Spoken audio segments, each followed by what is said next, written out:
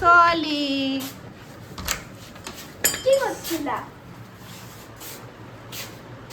मानो तो समायरा भी आ गई है। हाय बोलो शवाई के हाय। फटाफट से ड्रेस चेंज करेगी, फिर हम लोग खाना खाएंगे। शू बोलो, अच्छे से रखना।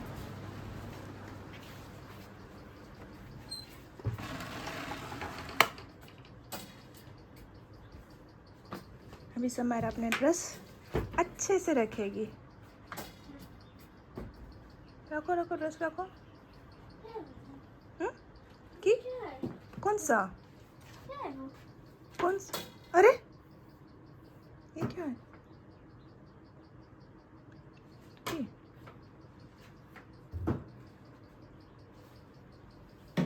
কি হচ্ছে ওখানে? এখান থেকে নাকি? এখানে নিচে দেখো স্ক্রিন চিপকানো একটা। তোমারও চিপকানো মনে হয়।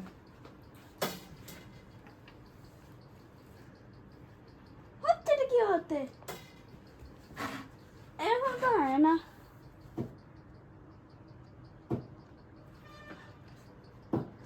এদিকে দেখো তো, তোমার স্টাডি টেবিলে এখন কিছু নেই তো? এই দেখো, এটা কি? দড়িটা দেখো। আরে কিছু না, এদিক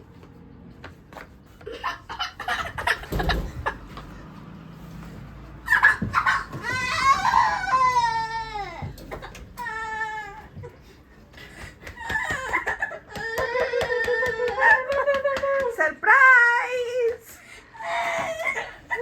সারপ্রাইজ।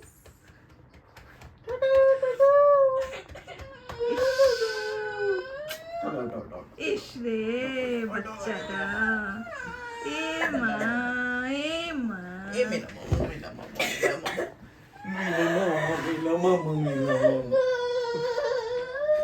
আরে কানু কেন করছো? আমি তো চলে এসেছি। দোস্তু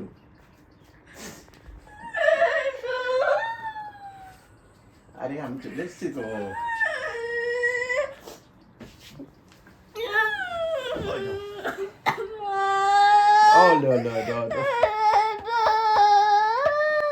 वीडियो को एंड तक देखने के लिए एंड अपना पेशेंस बनाए रखने के लिए thank you so much. Hello everyone and welcome back. I really hope मेरे सभी फ्रेंड्स बहुत ही ज़्यादा अच्छे होंगे एंड अपने संजू भैया को देख के आप लोग बहुत ज़्यादा हैप्पी भी होंगे। वेल समायरा तो अभी कैमरे के सामने रो रही है क्योंकि सारा प्लानिंग एंड प्लॉटिंग उसके आने के पहले हम कर चुके थे। लेकिन संजू ने सुबह सुबह आके जो मुझे सरप्राइज दिया तो मेरा भी ना कुछ ऐसा ही हालत था।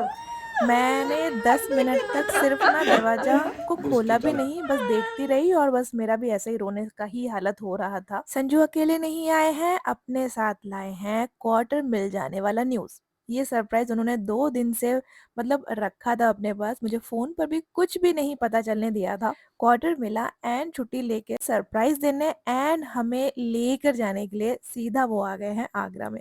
सोमवार वाला मैंने ब्लॉग शेयर किया था एंड उसका कमेंट भरा हुआ था सभी फ्रेंड लोग के इस विश के साथ कि दीदी काश आपको क्वार्टर मिल जाए, आपकी फुल फैमिली फिर से एक हो जाए। न जाने कितने दोस्तों ने प्रेयर किया था और लिटरली देखिए मतलब इतने सारे लोगों को सिर्फ एक ही इच्छा थी मेरे जैसी ही, मेरे लिए जो भी ना मेरे वेल विशर है वो सारे फ्रेंड लोग की जो दिलो तमन्ना थी वो भगवान ने पूरी कर दी है। लेकिन फ्रेंड्स परेशानी वाली बात ये है कि 2 हफ्ते में पूरा सब कुछ पैक करके मुझे निकलना है।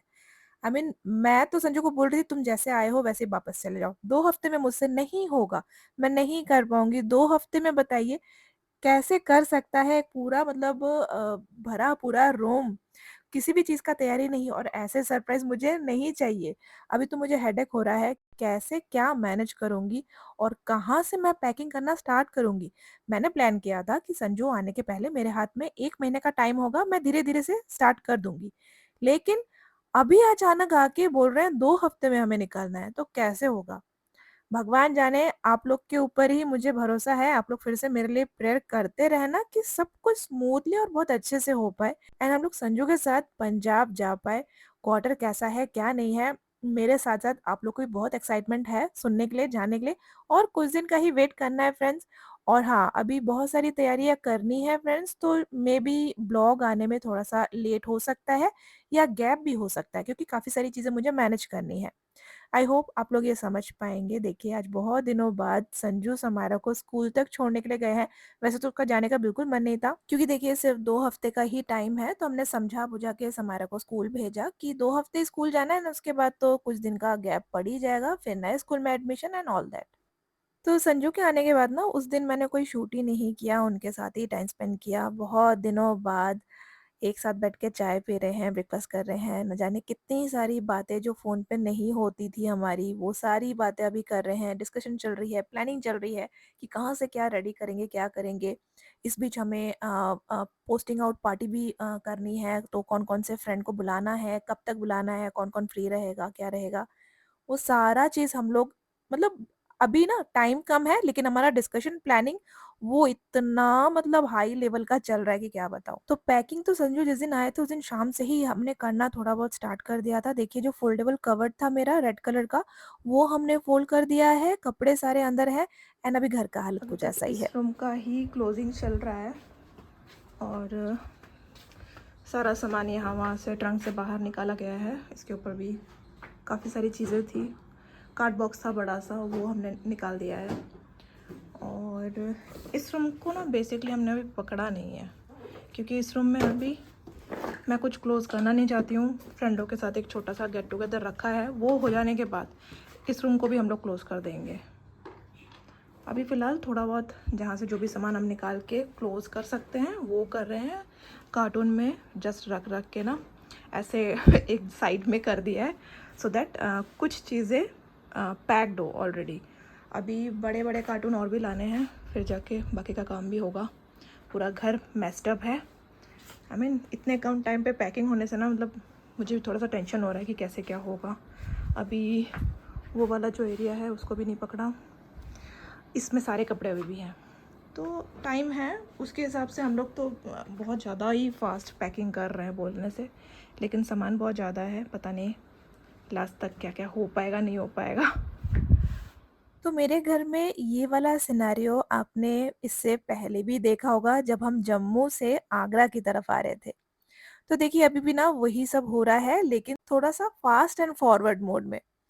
मैं कर्टन वॉश तो करने वाली थी लेकिन कुछ दिन बाद, लेकिन अभी जब निकलना ही है तो सारे जितने भी कर्टन है ना रूम्स में डोर के ऊपर या विंडो के ऊपर, वो सभी निकाल के मैं आज ही का आज सबको वॉश कर दूँगी। तो सारी तैयारियाँ जैसे कि अचानक से ही करनी पड़ रही है, तो बहुत सारी चीज़ें घर में ऐसी भी है जिनको ना वॉश करना है। तो एक दिन में तो वो पॉसिबल नहीं होगा। आज फ़िलहाल सिर्फ़ घर के कर्टन्स के लिए रखे हैं।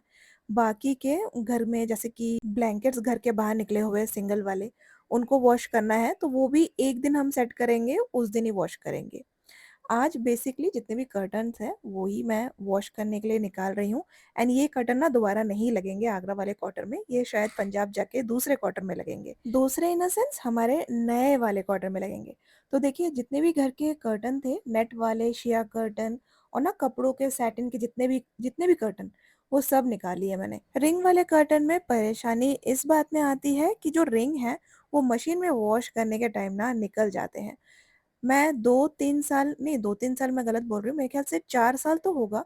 4 साल से रिंग वाले कर्टन मैं वॉश कर रही हूँ मशीन में, इसी तरीके से बाँध कर। सारे रिंग को एक साथ मैं टाई करती हूँ एंड जो भी मैं रस्सी यूज़ कर रही हूँ ना, ये सभी इतने दिनों से जमाए हुए रस्सी हैं।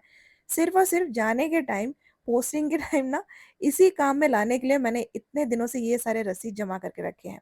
मोस्टली पैंट से निकले हुए ही रस्सी हैं, नारे वग़ैरह। तो देखिए इस टाइप से मैं टाई करती हूँ, अभी ये सारे के सारे मशीन में जाएँगे। तो फिलहाल के लिए जो मेन डोर है वो एकदम ना ओपन टाइप का था, जो भी आएगा स्ट्रेट उसको घर का सब कुछ दिखेगा और घर का हालत बहुत खराब है। तो पुराना बेडशीट से ही ना फिलहाल के लिए टेम्परेरी एक कर्टन हमने बनाकर डोर पे लगा दिया है। तो चलिए कुछ प्यारे दोस्तों के नेम यहाँ पर मेंशन कर रही हूँ जिन्होंने पिछले ब्लॉग में कमेंट किया था। Himanshu Chauhan, Tejas diary, Sharmila Ghoshal, Sulakshana Sharma, Rakhi Jha lifestyle, Aditi Singh goat, Shubhra Mishra, Ruby सदेन, life with Anjana, Arohi, Shivani Devi, Ruby Verma, Parmar Ravi, अपने से जिंदगी Archana, Ayaan Haider, Arsh Parth, Anjum, pure village blog, Purvi Aditya blog, Chandrika, Manisha Chaudhary, Ramandeep Kaur, Prema Kerketta, Neha Gangotri, Rajni Mukesh, Anju Gupta, Kiran, Neetu Rathia, Sharmistha Mandal, Wendy Kukku, Priyanka Ramesh. Thank you so much दोस्तों इतना प्यारा प्यारा कमेंट करने के लिए। एंड प्रियंका जी, आपने जिस वरलक्ष्मी पूजा के बारे में बोला है ना, मुझे वो वाला पूजा बहुत ज़्यादा अच्छा लगता है। एक्चुअली मैं खुद वेट कर रही हूँ। मेरी नेवर है जो वरलक्ष्मी पूजा करती हैं, एंड मैं उम्मीद कर रही हूँ मेरे जाने से पहले मुझे मौका मिलेगा वो पूजा अटेंड करने का। एक्चुअली मुझे वरलक्ष्मी पूजा का रिचुअल पता नहीं है, एंड हम लोग बंगाली है, तेलुगु में शायद ये मनाते हैं, जैसे कि आपने बताया, मुझे आपके थ्रू ही पता चला इसके बारे में।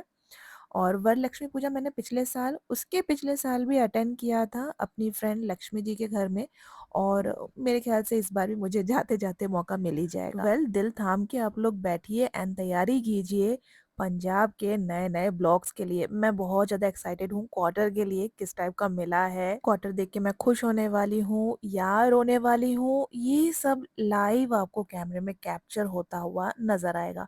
शाम का टाइम है फ्रेंड्स, हालत बहुत ख़राब है, टायर्ड हो गई हूँ बहुत बुरी तरीके से। पूरे घर में भी ऐसा ही है, देखिए आधा आधा पैकिंग हुआ है, आधा आधा ऐसा ही सब कुछ पड़ा हुआ है।